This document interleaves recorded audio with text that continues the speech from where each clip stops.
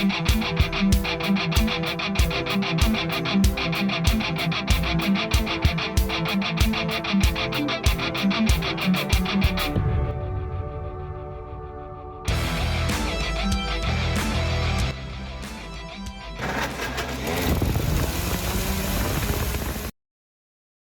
Jeepers et Jeepeuses, bonjour. Merci de votre présence sur la chaîne Jeep Police Service.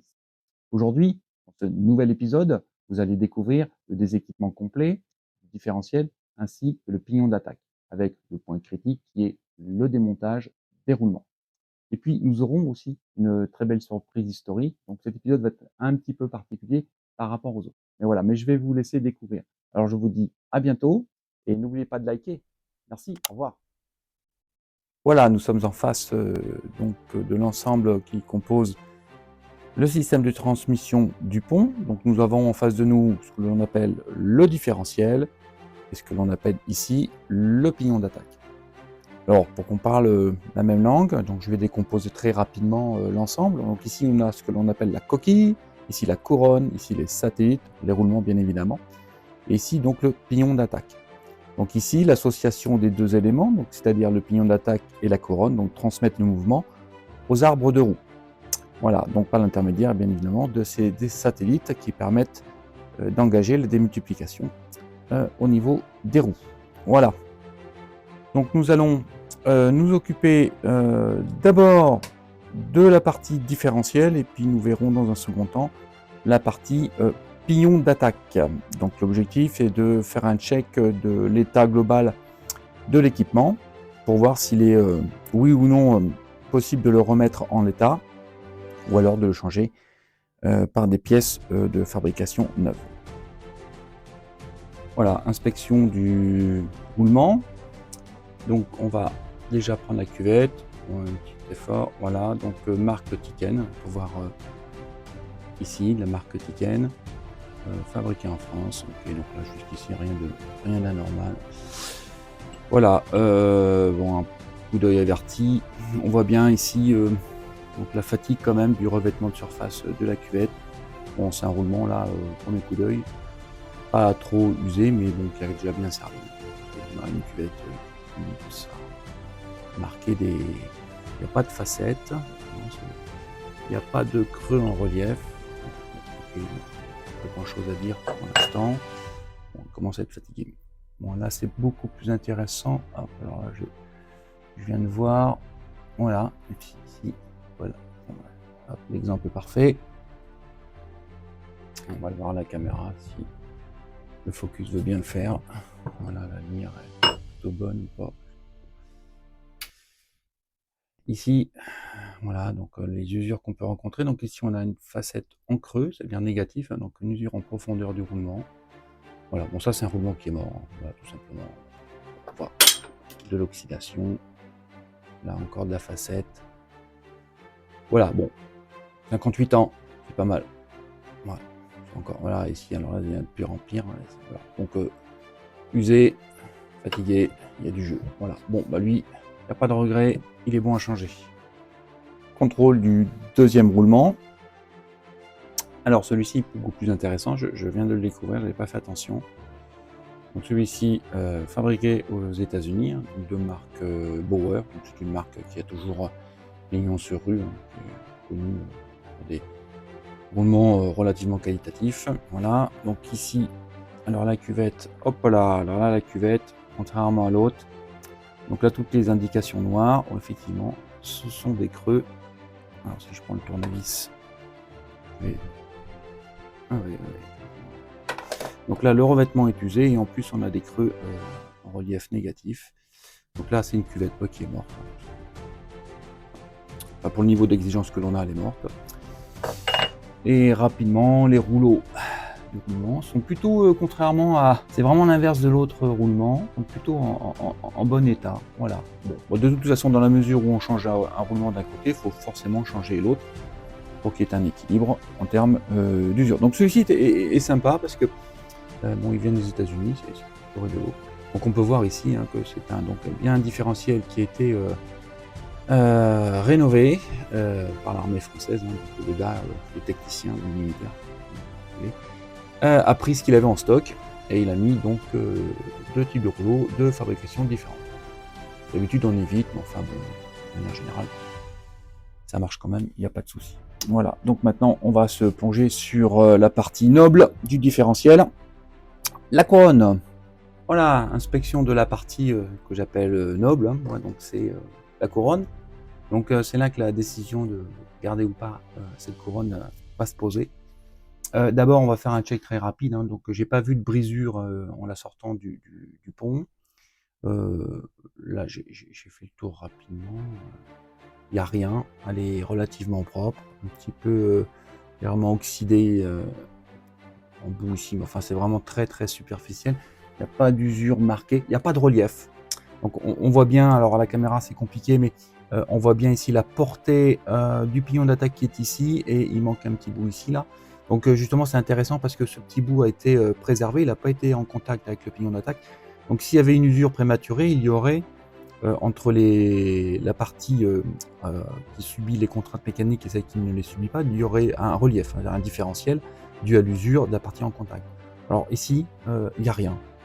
Voilà, le plan est uni, il n'y a aucun relief, absolument rien. Donc ça veut dire que on est en face d'une couronne qui est juste en très bon état. Alors c'est un peu normal, hein, c'est le pont avant. Le pont avant ne subit pas de contraintes mécaniques particulières, hein. Il est libre d'une manière générale, hein, 99% de son temps, il n'est pas sollicité mécaniquement, il ne l'est que quand on passe la boîte de transfert en mode 4x4. Voilà, donc, et là pendant que je vous cause, mon œil vient d'être attiré par... oh là, alors là je lis, alors on voit pas très bien la caméra, je lis GPW. GPW, c'est fort, mais j'ai pas vu de F. Hop, hop. Là, F de Ford, incroyable. Là, si on voit bien la caméra, ici. Waouh, c'est superbe. Ah, c'est vraiment une pièce authentique. Voilà, là, on est face à une vraie pièce de la Seconde Guerre mondiale, magnifique, pièce de Ford. Ah, ça, c'est inespéré. Voilà, qu'est-ce qu'il y a comme marquage? PW, ça, c'est le gravage qui a. Waouh. Ah, il y a une date. Il y a une date, est-ce qu'on la voit? Oui, là, on la voit bien. Donc, je lis 12-22-44. Cette couronne a été fabriquée le 22 décembre 1944. Voilà, on a en face de nous une authentique pièce. Voilà, c'est juste de la magie. Alors, je réfléchis en même temps que je parle. 22 décembre 44, on est en pleine bataille de Bastogne. Voilà, la contre-attaque allemande. La dernière contre-attaque d'ailleurs, avant l'écroulement final. Donc, cette pièce a été fabriquée pendant cette bataille. Et le 22 décembre 44, si ma mémoire est bonne, c'est Bastogne qui est encerclé. Oui, c'est ça. Bastogne qui est encerclé avec le général McAuliffe, excusez-moi pour la prononciation. Oui, c'est bien cette date-là, qui dit nuts aux Allemands, lorsque les Allemands lui demandent de se rendre. Voilà, bah ça c'est juste incroyable. Voilà.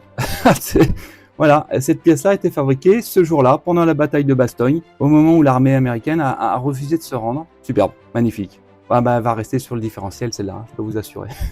Superbe, magique. Voilà, bon, je me suis remis de l'émotion de la date de fabrication de la couronne. Et on va donc continuer l'introspection. Donc ici, on va jeter un œil sur le satellite qu'on a déjà regardé un petit peu rapidement lors de la sortie du pont. Alors, je vais vérifier si... Alors, il y a un petit jeu léger, pas énorme, hein, franchement. Voilà. Bon, de toute façon, je vais les démonter aussi. J'ai rien vu non plus, hein, j'ai pas vu de brisure particulière. Voilà, bon, de toute façon, je vais les sortir, c'est pas compliqué à sortir. À démonter, il suffit juste d'extraire la goupille qui est ici.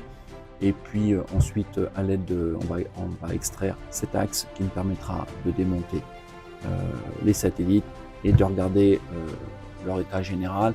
Mais surtout, ce qui m'intéresse, c'est la petite collerette ici, là, intermédiaire, qui est souvent en cuivre. Alors celle-ci, regardez, peut être un peu usée, etc. Voilà. Donc, je dispose d'un jeu de satellite neuf, s'il y a besoin. Je l'échangerai, je sens là, il y a... Voilà, bon, c'est pas énorme, mais allez, on est parti pour le démontage.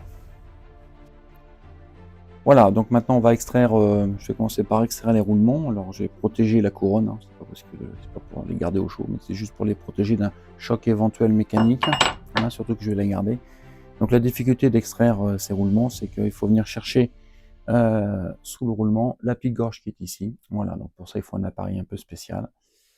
Voilà, donc ça va pas être évident, mais ça devrait le faire. Alors j'avais installé l'appareil. Donc la première étape, on va donc mettre un cimbleau à l'intérieur du moyeu sur lequel va venir s'appuyer l'extracteur, et puis je vais installer le jeu à griffe dessus.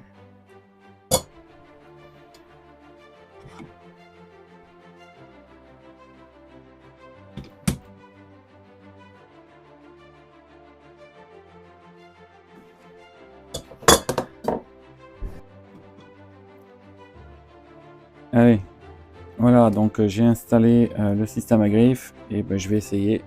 Oh, si ça marche. C'est pas évident.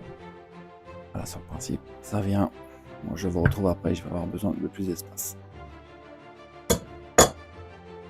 Voilà, donc j'ai dû changer ma technique.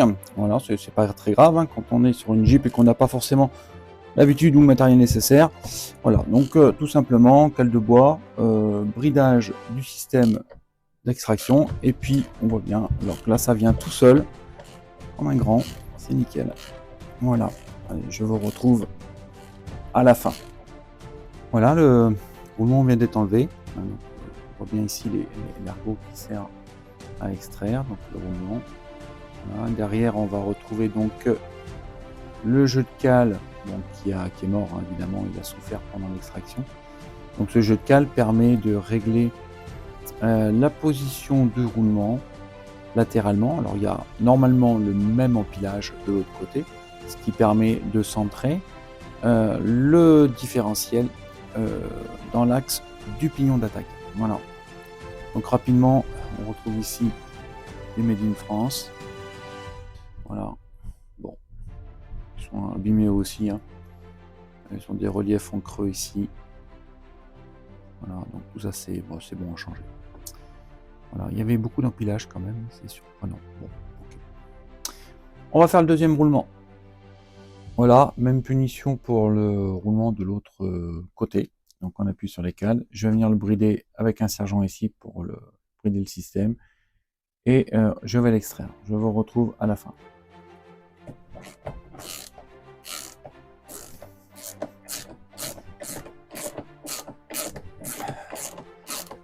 C'est dur, hein. Et voilà.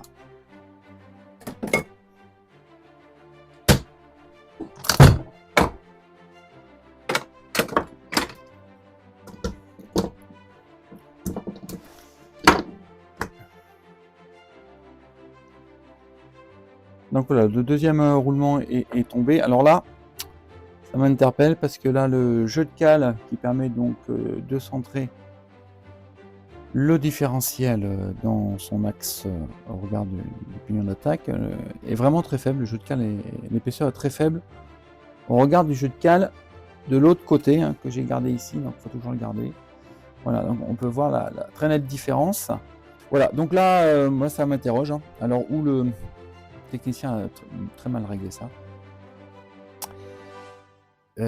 Voilà, donc ben, je sais pas. On verra bien en remontage. Je pensais trouver la même épaisseur de cale. Ouais, c'est bizarre. Bon, ok, tiens, peut-être que je vais retrouver le différentiel d'épaisseur du jeu de cale avec la différence de hauteur de roulement, mais ce qui serait surprenant. Bon, on sait jamais. Voilà, bon, en tout cas, la mission d'enlever les roulements, elle est faite. Hein, c'était une mission qui m'inquiétait un petit peu. Les axes sont propres, il n'y aura plus qu'à remonter tout ça. De prochaine étape, on va démonter le jeu de satellite.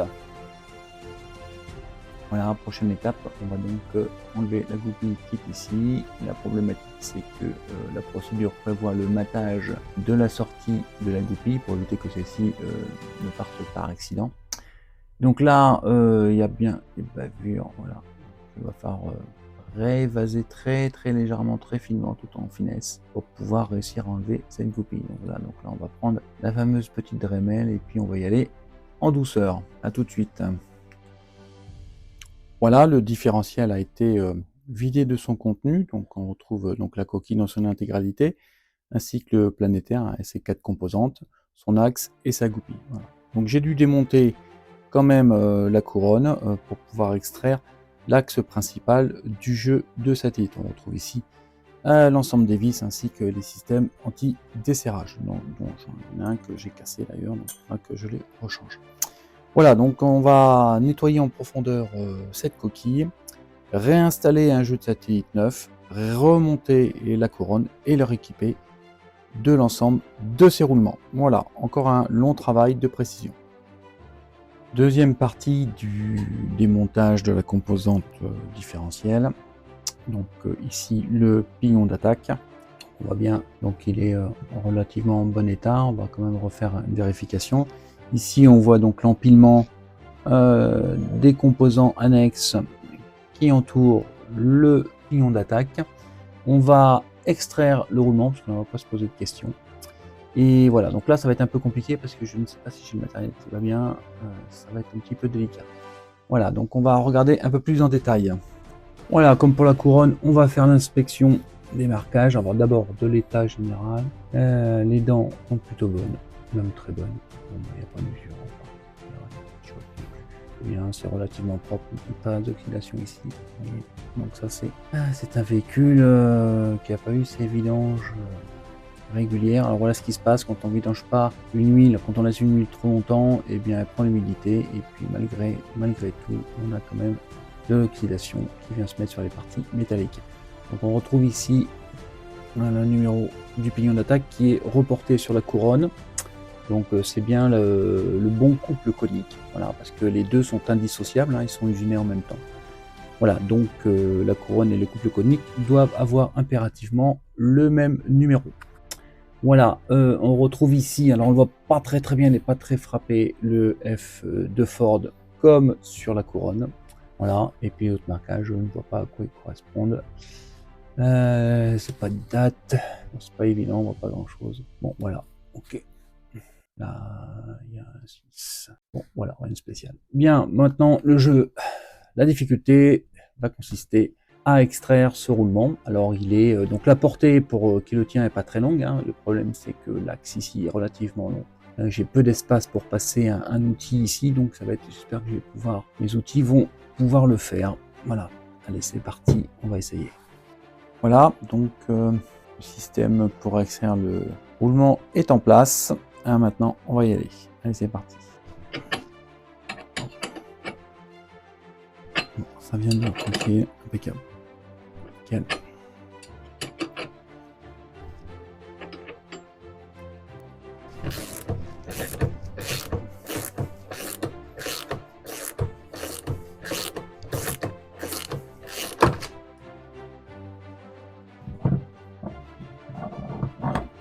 Et voilà.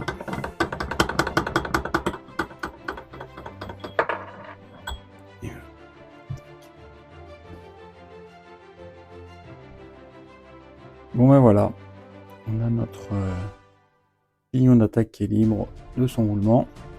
Il n'y a plus qu'à un petit coup de nettoyage, réinstaller un roulement et puis on remet tout ça ensuite dans le pont. Voilà, encore un lourd travail. Allez, c'est parti.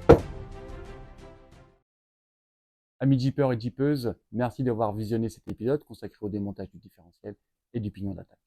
Dans le prochain épisode, vous pourrez découvrir la phase la plus délicate du process, c'est-à-dire le remontage ainsi que le réglage des sous-ensembles. Alors, je vous dis à bientôt, abonnez-vous et n'hésitez pas à liker. Merci, au revoir.